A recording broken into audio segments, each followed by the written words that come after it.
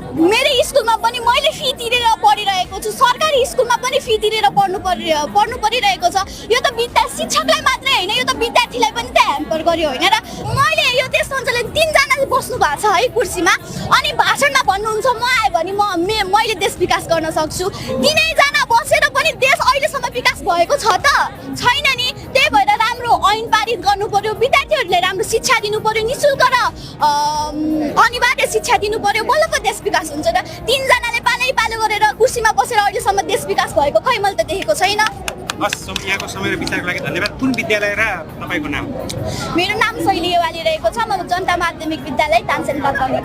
तपाईँ पनि 12 पास गरेर विदेश जान खोज्दै हुनुहुन्छ, मलाई सूचना छ। कसले सूचना दियो हजुरलाई? मेरो सोचाइमा विदेश भन्ने छँदै छैन, किनकि यदि मैले आफ्नो पसिना बगाएर अरूको देश निर्माण गर्न छ भने त म उतै जन्मेको भए हुन्थ्यो त।